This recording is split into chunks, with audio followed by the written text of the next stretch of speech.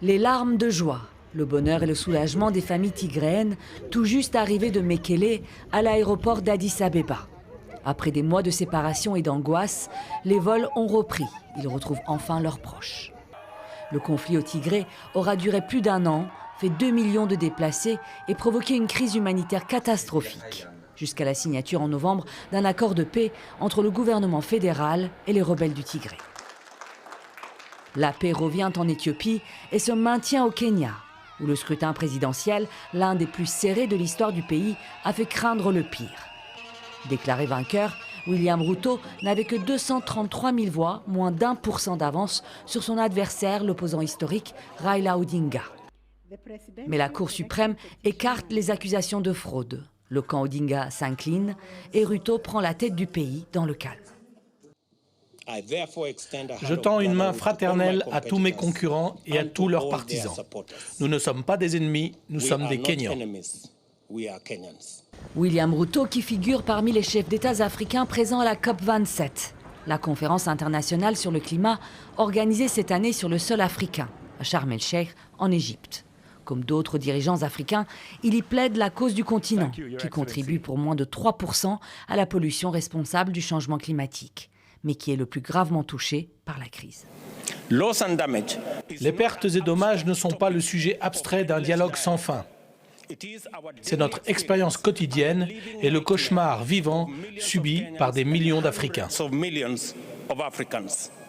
Sous la pression des pays du Sud, dont les États africains, la COP27 accouche in extremis d'un fonds de compensation des dégâts climatiques subis, qui se chiffre déjà en dizaines de milliards de dollars.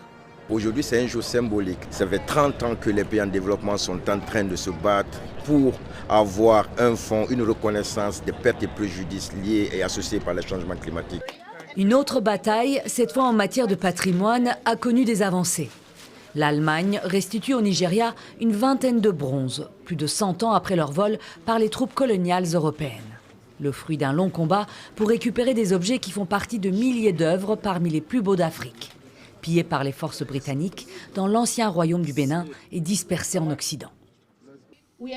Nous sommes ici pour redresser un tort. Des fonctionnaires de mon pays se sont battus pour les bronzes, sachant qu'ils avaient été volés.